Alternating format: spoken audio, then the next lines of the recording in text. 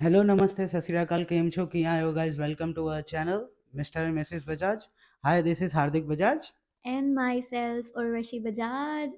और by the way हमें actually technical issue आ गया है, सो हमें सिर्फ एक माइक के साथ मैनेज करना पड़ेगा। ओके, सो आज का हमारा टॉपिक है SOP. Guys, most important process of the for the visa and for the also, जब भी आपको एडमिशन लेना है तो उसके लिए, दोनों के लिए बहुत इंपॉर्टेंट है एसओपी। सबसे ज़्यादा वीज़ा के लिए। अभी एसओपी है क्या? That is statement of purpose. आप क्यों जाना चाहते हो, क्यों ऑस्ट्रेलिया आना चाहते हो, क्यों कनाडा जाना चाहते हो, या किसी और कंट्री में क्यों जाना चाहते हो। सो उसका एक हमें वैलिड रीज़न देना पड़ता है थ्रू योर एसओपी। सो एकदम स्पेसिफिक, एकदम पॉइंट पे आपके सब आंसर्स होने चाहिए उस चीज़ के। सो हम सबसे पहले तो स्टार्ट करते हैं कि एसओपी में क्या चीज़ मैटर करती है। That is plagiarism. प्लेजरिज्म कोई नहीं चलाएगा, कोई कंट्री नहीं चलाएगा, ऑस्ट्रेलिया तो बिल्कुल भी नहीं चलाएगा। सो प्लेजरिज्म का ध्यान रखना है। और देखिए, अगर आप अपना एसओपी लिख रहे हो तो सीधी सी बात है कि वो आपके खुद के एक्सपीरियंस का, आपके खुद के इंट्रोडक्शन के बारे में आपको बताना है। तो किसी और का क्यों कॉपी करना है, या किसी और का ऑनलाइन क्यों लेना है। तो उसमें सबसे पहले मेन चीज़ आती है फैमिली बैकग्राउंड, कि आपकी फैमिली का क्या बैकग्राउंड है। तो जैसे मैं जो ये अभी एसओपी के बारे में बता रही हूँ, वो मेरे एसओपी के बेस्ड पे है। मैंने किस तरीके से हर चीज़ स्पेसिफाई की थी, सो मैं उसके हिसाब से अपना एसओपी बताऊंगी। सो फर्स्ट चीज़ ऑब्वियसली फैमिली बैकग्राउंड। आप कौन हो, कहाँ आपका बॉर्न हुआ है, और आपने आपका आप क्या पढ़ाई कर रहे थे, आपने क्या अब तक किया है, वो छोटा सा इंट्रोडक्शन, लाइक 100 to 200 वर्ड्स का इनफ है। आपके फैमिली में आपके फादर क्या कर रहे हैं, आपकी मदर क्या, अगर आपके सिबलिंग्स है तो उनके बारे में कुछ बताइए कि वो क्या कर रहे हैं। अगर छोटे हैं, यंग है आपसे, तो वो क्या कर रहे हैं, स्कूल में है, कॉलेज में है, जो भी उनका प्रॉपर क्लियरली एकदम आपको उनका इंट्रोडक्शन देना है in family background. So next topic. Next topic is relationship statement.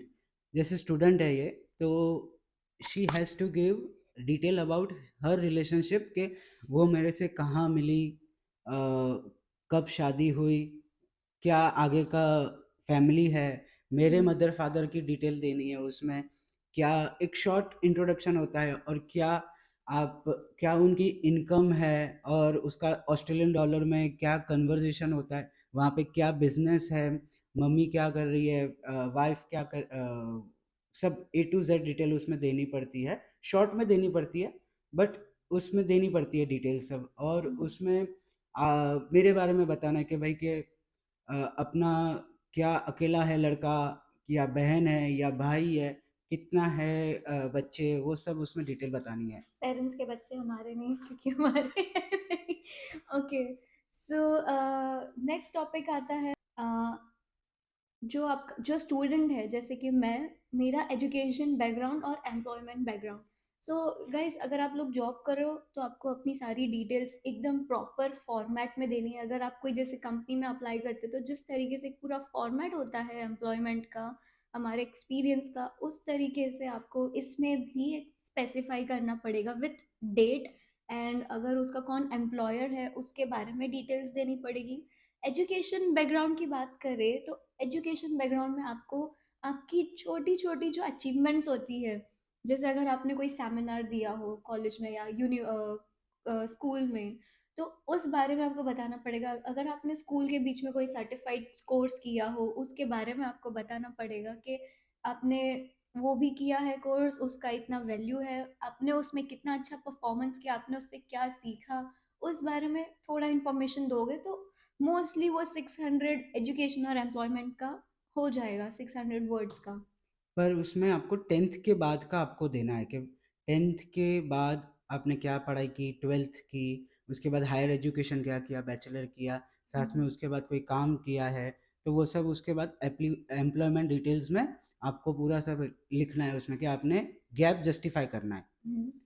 तो आपने अगर 2017 में ख़त्म किया है तो 2017 से लेकर 2022 तक आपका गैप जस्टिफाई कैसे करोगे, आपने क्या पढ़ाई की है, और उसके बाद बीच में कौन से प्रोजेक्ट्स हायर किए हैं आपने, कौन से प्रोजेक्ट्स पे काम किया है, या एक्स्ट्रा करिकुलर एक्टिविटी कुछ की है आपने, या जिससे आपको अर्निंग मिली है, तो वो टोटल आज तक की टिल डेट तक की डिटेल आपको देनी होती है उसमें। पर एक प्रॉपर फॉर्मल लेटर के तरह, जिस तरीके से हम फॉर्मल लेटर लिखते हैं उस तरीके से उस फॉर्मेट में होना चाहिए।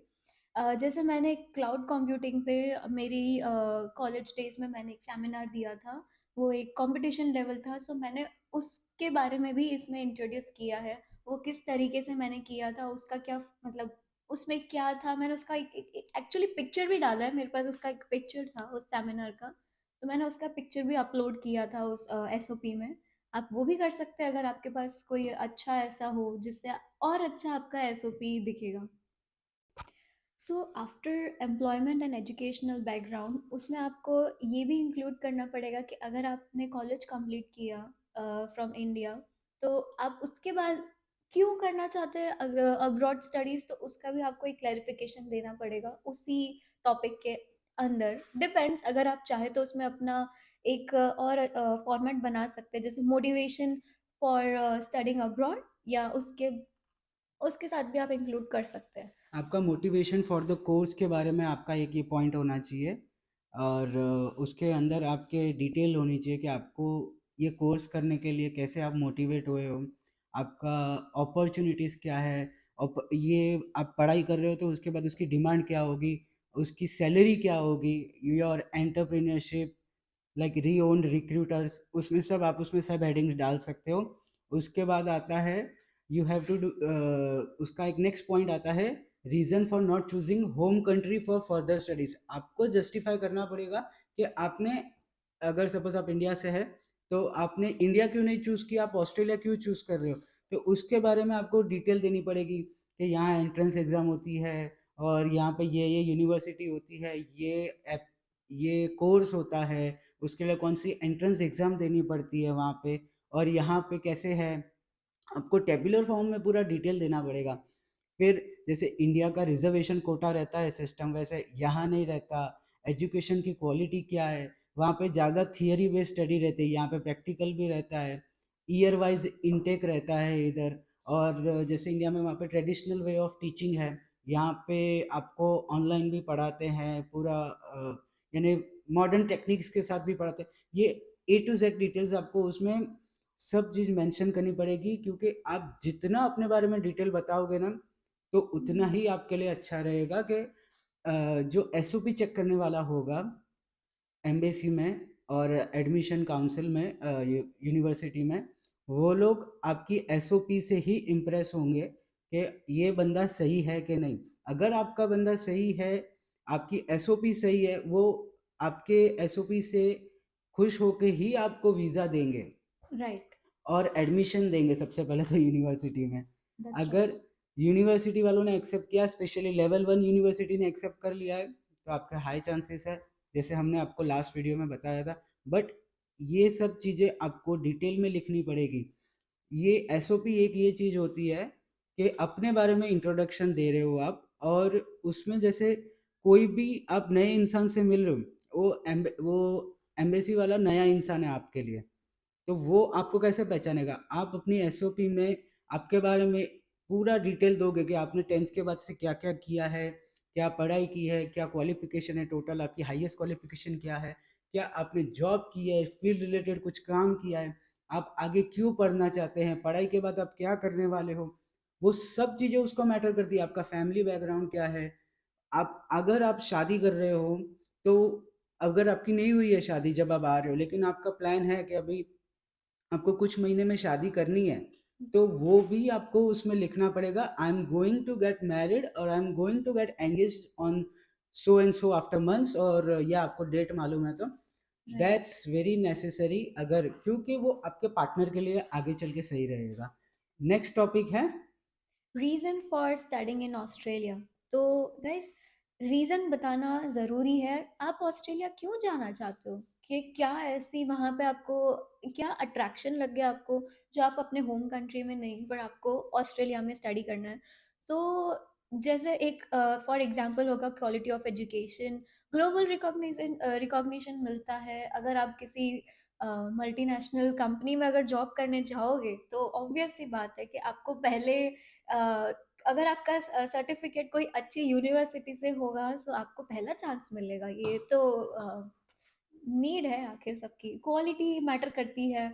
और मेन चीज़ क्रॉस कल्चर गाइस, हमारे इंडिया में हम इंडियंस के साथ पढ़ते हैं, ऑलरेडी इतने साल निकाल चुके हैं। सो अगर कुछ नया आप एक्सपीरियंस करना चाहते हो, जैसे कि मुझे कुछ नया एक्सपीरियंस करना था इस चीज़ को लेके, यहाँ पे मेरी यूनी में मल्टी क्या बोलते हैं, कंट्रीज में से काफी लोग आते हैं अलग यहाँ अलग पे, कंट्रीज अलग से अलग लोग आते कंट्रीज हैं, से। या अलग अलग कास्ट के लोग आते हैं, उनके साथ आपको रिलेशन, जैसे आपको फ्रेंडशिप वहाँ पे हम्म। करते हो तो आपको एक दूसरे के बारे में इधर जानने मिलता है, कि भाई यस। वहाँ कैसे पढ़ाई होती है, यहाँ कैसे पढ़ाई होती है, अपने यहाँ कैसे होती थी, सब वो सब ये चीज़ें डिटेल देनी पड़ती सीख है। बहुत सीखने मिलता है। अगर आप किसी दूसरे कंट्री में जा रहे हो तो आपको क्या सीखने मिलेगा, आप क्या सीखना चाहते हो, उस बारे में आप इस चीज़ में रीज़न दे सकते हैं कि आपको इस कंट्री में क्यों आना है। तो अगला टॉपिक रहेगा इसके अंदर, reason for not choosing other countries like US, UK and Canada for further studies, कि वहाँ का क्या डिफरेंस है और ऑस्ट्रेलिया में क्या है, आपको उस बारे में इंट्रोडक्शन देना पड़ेगा। टेब्यूलर फॉर्मेट में दोगे तो ज़्यादा अच्छा रहेगा, आपकी ज़्यादा आपका पता चलेगा आप में कितने स्किल्स हैं, इस चीज़ का आपने कितना सर्वे किया है।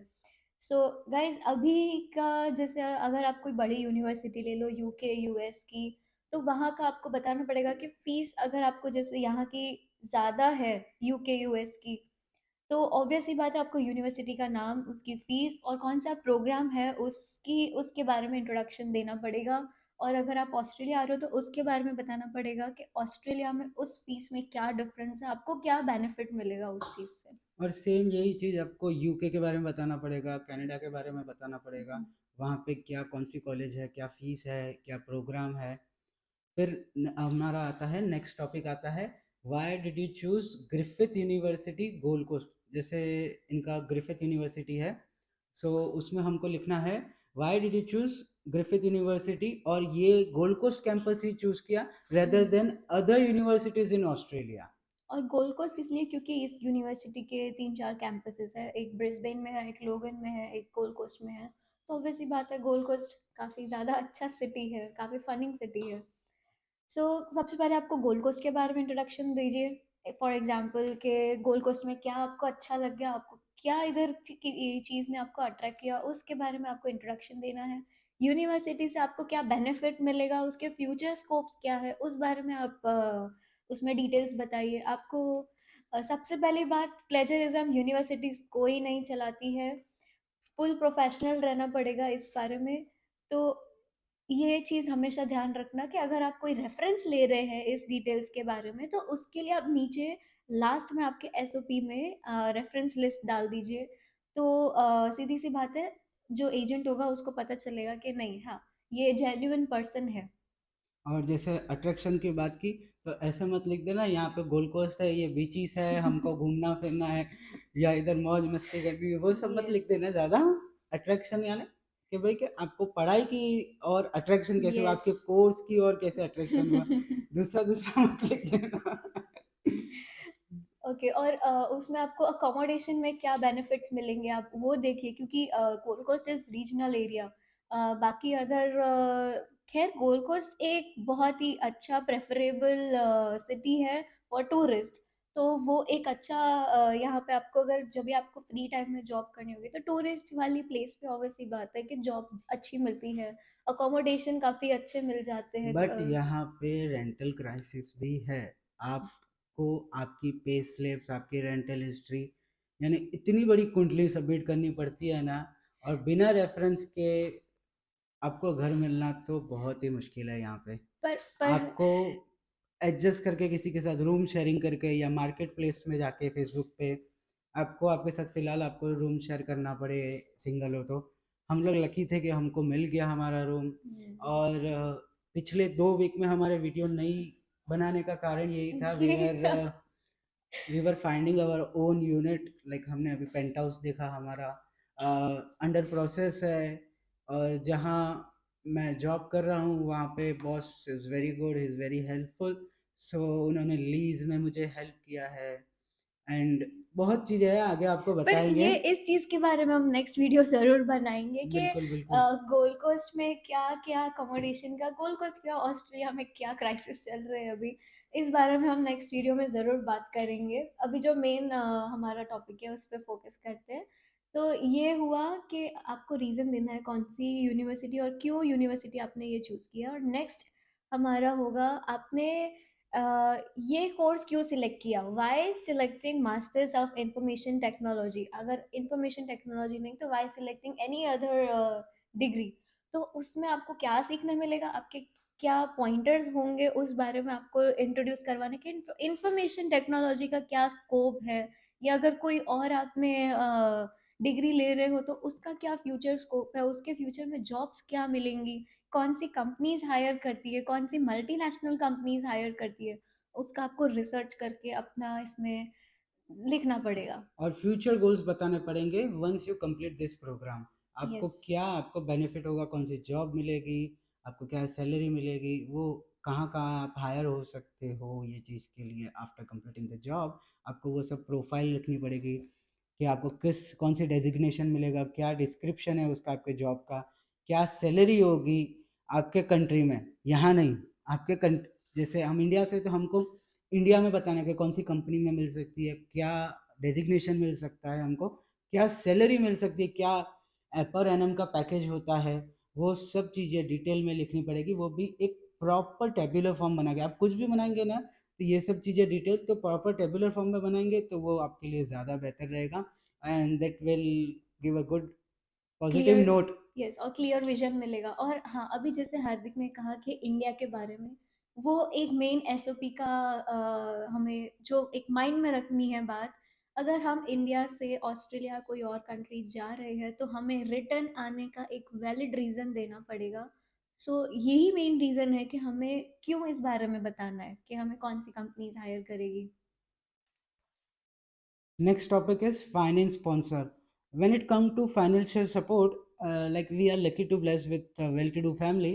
So हमने कोई लोन नहीं ली थी and my parents and me, हम दोनों ने अपना जो भी फीस थी इधर, जो भी अमाउंट दिखाना था, जो भी एक्सपेंसेस पे करने थे वो हमने खुद किए इधर। और उसमें साथ में आपको थोड़े अपने आईटीआर्स वो सब साथ में सब देने पड़ते हैं। और सब एजुकेशन के हिसाब से आपको जितने, जैसे अराउंड अगर आप सिंगल है तो आपको एटलीस्ट अभी के हिसाब से 32 lakhs आपको इंडियन रुपीज़ में आपके अकाउंट में दिखाने पड़ते हैं। चाहे आप अपने मम्मी के अकाउंट में दिखाए, पापा के अकाउंट में दिखाए, अपने अकाउंट में दिखाए, चाचा के अकाउंट में दिखाए, मामा के अकाउंट में दिखाए, बुआ के अकाउंट में दिखाए, वो ये सब वैलिड होता है। दादा दादी ये सब चीज़ें यस। वैलिड होता है। नाना नानी ग्रैंड पेरेंट्स भी अलाउड रहते हैं। हम्म। हाँ, बाकी आप किसी एक्स वाई जेड किसी थर्ड पार्टी का आपका जो जिससे ब्लड रिलेशन भी नहीं हो उसके अकाउंट से वैलिड नहीं होता है ये। तो आपको दिखाना है कि जैसे हमारा कपल था तो हम लोग को एटलीस्ट कपल को अगर अच्छे नोट पे दिखाना है अपना तो at least 43 lakhs, minimum 3 months old. अगर 6 months करोगे तो बहुत ही अच्छा है। जैसे ही आप अपना प्रोसीजर स्टार्ट करते हैं तो आपको अपना ये फाइनेंशियल उसमें दिखा देने का कि भाई मेरा इतना बैलेंस है, मेरा इतना ओल्ड है। ये लोग को इधर मिनिमम 3 months चाहिए होता है, आप 6 months भी दिखा सकते हो, 5 6 वो अच्छा रहेगा आपके लिए। तो हम कपल के हिसाब से आपको 43 lakhs दिखाओगे तो ज़्यादा अच्छा रहेगा। हमारा हमने ज़्यादा ही दिखाया था, नियरली 50 के अराउंड। सो वो आपकी फाइल स्ट्रांग होती है उससे, और ज़्यादा उसमें कोई फ़र्क नहीं आता 43 या 50 में, बट वो बैंक। फाइल हाँ। स्ट्रांग होती है। आपको आपके बैंक डिटेल्स देनी पड़ेगी, किसके कौन सी बैंक है, सपोज आईसीआईसी बैंक है, इंडसइंड बैंक है, बैंक ऑफ बड़ौदा है, एक्सवाइजेड आपकी जो भी बैंक हो, तो वो आपको उसमें दिखाना पड़ेगा। ये नाम का बंदा, ये अकाउंट है, उसमें इतने अमाउंट पड़ा है, ये सबकी आपको लाइन वाइज डिटेल देनी पड़ेगी। And you have to just justify it that this might suffice my education expenses and living in Australia. Yes. So, and the next topic is reason reason to to come come back back to to India. India. Yes. अभी अगर आप Australia आ रहे हैं तो आपको, जब भी आप वीज़ा फाइल कर रहे हो तो उसमें आपको रीज़न देना कंपलसरी है। आप बिना रीज़न के एसओपी नहीं सबमिट कर सकते।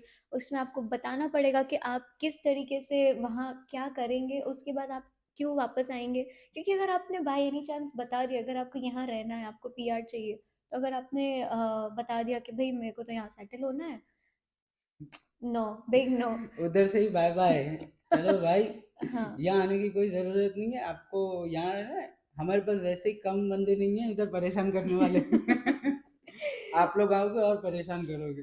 यस, और उसमें आपको आपकी हिस्ट्री बतानी है कि अगर आप कहीं कंट्री में घूमने गए हो, कोई फॉरेन कंट्री में, तो आपने वहाँ पे घूम के एज अ टूरिस्ट वापस आए हो, सो आपका यही स्कोप है, आपको यहाँ आके वापस जॉब करनी है एज अ स्पाउस। जैसे हार्दिक और मेरे साथ में रखा था फाइल, तो मैंने उसमें ये भी क्लियर किया था कि हार्दिक का यहाँ पे हमारा बिजनेस है इंडिया में, सो ऑब्वियस सी बात है मैं यहाँ जॉब करूँगी इंडिया के वापस, और हार्दिक वापस अपना बिजनेस हैंडल करेंगे।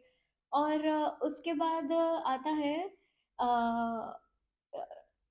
Obligation under higher education, like visa subclass 500 के ये मेंशन करना पड़ता है आपके एसओपी में कि आपको वीज़ा सब क्लास 500 के आपको रूल्स एंड रेगुलेशन सब मालूम है। तो उसमें आपको सब उसका डिटेल देना पड़ेगा कि क्या आपके पॉइंटर्स है उसमें, और आप क्या आपको रूल्स फॉलो करने हैं, आपको क्या कंडीशंस आपको लागू होती है, वो सब चीज़ें आपको उसमें पढ़ना पड़ेगा और मेंशन करना पड़ेगा प्रॉपर डिटेल्स। फिर उसमें एंडिंग में आपका नाम, detail, address, your Indian contact number, your email ID and the reference website, आपने आगे जो भी डिटेल्स आपने सब वेबसाइट से ली है, तो वो आपको उसमें आपको आपकी रेफरेंस वेबसाइट वो सब सब चीज़ें डिटेल डालनी पड़ेगी यस, कि किस चीज़ के लिए कौन सी वेबसाइट से आपने ये लिंक उठाई है। यस। ये चीज़ आती है। और हमारा नेक्स्ट टॉपिक आता है स्पाउस एसओपी। यहाँ सबसे मेन थिंग, अगर आप स्पाउस के साथ फाइल रख रहे हैं, आपके डिपेंडेंट का एसओपी कंपलसरी है। अगर आपको आपको डिपेंडेंट के साथ ले जाना है अपने साथ, तो ऑब्वियसली एसओपी देना पड़ेगा, नहीं तो थोड़े चांसेस थोड़े कम हो जाते हैं। या अभी स्पाउस एसओपी में क्या लिखना है, जो मैंने क्या लिखा है मैं मेरा एक्सपीरियंस शेयर कर रहा हूँ। स्पाउस एसओपी में फर्स्ट पॉइंट होता है पर्सनल बैकग्राउंड। आप मुझे मेरे बारे में जैसे मैंने बताया था, मैं सिटीज़न ऑफ इंडिया हूँ, मेरी ये एज है, मेरी ये न्यूक्लियर फैमिली है, और मैं वहाँ पे क्या बिज़नेस कर रहा हूँ या क्या कमा रहा हूँ, कितने साल से मेरा प्रोफेशनल बिज़नेस चल रहा है, एंड मेरा पैशन क्या है आगे, और मुझे आगे क्या क्यूरियोसिटी है क्या करने की। उसके बाद होता है next topic education background. Education background में मैंने 10th 12th बैचलर्स, मास्टर्स, उसके बाद क्या किया, डिप्लोमा, ये सब डिटेल्स आपको उसमें लिखनी है, कितने कौन से साल में किया, व्हाट ग्रेड यू गॉट, वो सब चीज़ें उसमें मेंशन करनी है। कौन सी, जैसे आपने बैचलर्स कहाँ से किया, मास्टर्स कहाँ से किया, ए टू जेड डिटेल आपको वहाँ की यूनिवर्सिटी के बारे में आपको लिखनी है, और इवन द कॉलेज नेम कि ये क्या आपने कहाँ से किया है, कितना ग्रेड आपको मिला है। एजुकेशन के बाद कंप्लीट होने के बाद आता है वर्क एक्सपीरियंस। आपको कितने साल से आप क्या काम कर रहे हो, आपको वहाँ पे आपने क्या अर्न किया है, आपको किस कंपनी के साथ, जैसे आपने बिजनेस किया तो आपको आपके बिजनेस डिटेल देनी है। पॉसिबिलिटी है कि आपको वहाँ पे करंट अकाउंट भी मांगेंगे अगर आप अपना बिजनेस दिखाओगे।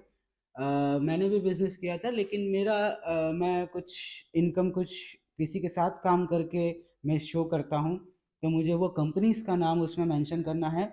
और जैसे टेबुलर फॉर्म बना के मैंने मेंशन किया था कि ये कंपनी का नाम है, ये प्रोपराइटर है, ये जीएसटी नंबर है, उनके लेटर हेड्स पे लिखाना है कि this was working with us, and जिसके पास कोई ऑप्शन नहीं है, आपका बिजनेस नहीं था, और तो वो उनके लेटर हेड पे आपको लिखवाना है वो कंपनी से कि आपने इनके साथ काम किया है, ये स्टार्टिंग इतने साल से आप इतना काम कर रहे हो, और आपके ट्रांजैक्शंस कैश में हो रहे हैं, बैंक में हो रहे हैं, वो सब आपको डिटेल देनी पड़ती है कम्प्लीटली। फिर उसके बाद आता है, मुझे भी रिलेशनशिप स्टेटमेंट उसमें लिखना है कि आई मेट दिस गर्ल, हमारी ये यहाँ शादी हुई थी, हमारी एंगेजमेंट हुई थी यहाँ पे, और हम कैसे मिले, हमारा फेज़ ऑफ लाइफ क्या था, हमारी शादी के बाद हम लोग कहाँ कहाँ घूमने गए हैं, और दैट्स इट, ऑल डिटेल में एक दूसरे के बारे में कि भाई कि हम कैसे रह रहे हैं, क्या कर रहे हैं। उसके बाद आता है नेक्स्ट टॉपिक इनहेरिटेंस, यानी मेरे मदर फादर का इनहेरिटेंस, मुझे आगे जाके मुझे क्या बेनिफिट मिलेगा, या मेरे नाम पे क्या होने वाला है जो मुझे मिल सकता है, वो उसके बारे में डिटेल है कि भाई what my father and mother owns and I am the yes. Sole guy. So वो सब चीज़ें आपको कि आप आगे चल के आपको क्या बेनिफिट हो सकता है, वो सब के बारे में लिखना है कि आपके मदर फादर कितने मिलियन यस। डॉलर्स उधर कितने एसेट्स हैं, वो सब चीज़ें उनको साथ में डिटेल देनी है, आपके फादर क्या कर रहे हैं। फिर लास्ट आता है उसमें इमिग्रेशन हिस्ट्री, जैसे आप जितनी कंट्रीज़ घूमे हो वो आपके लिए एक अच्छा ही नोट छोड़ रहा है उसमें।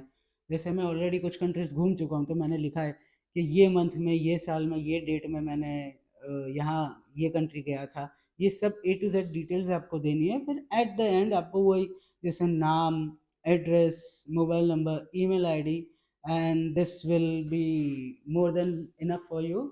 और जो भी लिखोगे, कुछ भी फेक नहीं लिखना। यहाँ पे अगर सपोज़ आपने यहाँ आ रहे हो, किसी में से कॉपी किया, किसी का कॉपी किया आपने, वो नहीं बंदे ने चलेगा। लिखा कि भाई कि मैं एमबीए करने जा रहा हूँ, बट यहाँ तो आप आईटी पढ़ने जा रहे हो, मास्टर्स ऑफ आईटी। तो वो आपने कॉपी में अगर आपसे वो रह गया, तो straight away you know that's the reason कि भाई आपका आगे क्या रिजल्ट होगा। और जैसे कि हार्दिक ने अपना बताया एजुकेशनल बैकग्राउंड, तो उनके सारे डॉक्यूमेंट्स भी हमने सबमिट किए थे, वो कंपलसरी होते हैं, स्पाउस के भी डॉक्यूमेंट्स देने पड़ते हैं। हम ये चीज़ लास्ट वीडियो में बताना भूल गए थे। जो भी आप दोगे सबके वैलिड प्रूफ देने ही है। आप जो बोलोगे उसका प्रूफ देना है। आप बोलोगे ए, तो भाई ए का प्रूफ दो, बी तो बी का प्रूफ दो, सी तो सी का प्रूफ दो। ये यस। चीज, हर एक चीज का आपको प्रूफ दे के ही आपको आपका जो बोल रहे हो वो कैसे वो आप प्रूव कर रहे हो, वो उनको सामने समझ आता है उससे। सो स्पाउस एसओपी ज़रूरी नहीं है 4 to 5 पेजेस तक भी जाए, 3 pages are more than enough, for मेरा भी पेज 2.5 पेज का ही था, तो yes. It's not like that कि कोई कंडीशन है स्पाउस के लिए। बट आप most of the counsellors, like मुझे भी मेरे काउंसिलर ने बताया नहीं था कि भाई स्पाउस एसओपी है, but I researched it and I told them कि भाई मुझे भी स्पाउस एसओपी बनानी है। वो आपके लिए पॉइंट ऑफ व्यू आपके लिए अच्छा है, आपका केस स्ट्रॉन्ग करने के लिए अच्छा है ये चीज़। सो मेक श्योर जो भी आ रहा है इधर एसओपी बना के आए। स्पाउस के साथ आ रहा है उनके लिए स्पेशली बोल रहा हूँ, स्टूडेंट तो एसओपी बना नहीं वाला है, उनके पास तो कोई यस। ऑप्शन ही नहीं है। But spouse SOP is also must now. यहाँ दिन भर दिन यहाँ स्ट्रिक्ट हो रहे हैं, उनको सब चीज़ें डिटेल चाहिए। और अच्छा ही है स्ट्रिक्ट हो रहे हैं तो, एक्चुअल में हमारे लिए भी अच्छा है कि क्या, क्योंकि कोई फेक आ रहा है तो वो पकड़ा जाएगा।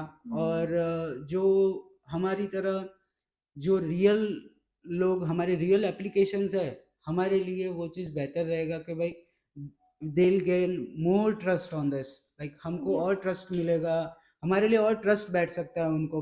और फास्टर एप्लीकेशंस आगे, वीज़ा भी आगे फास्ट हो सकता है हमारे लिए। So it's good.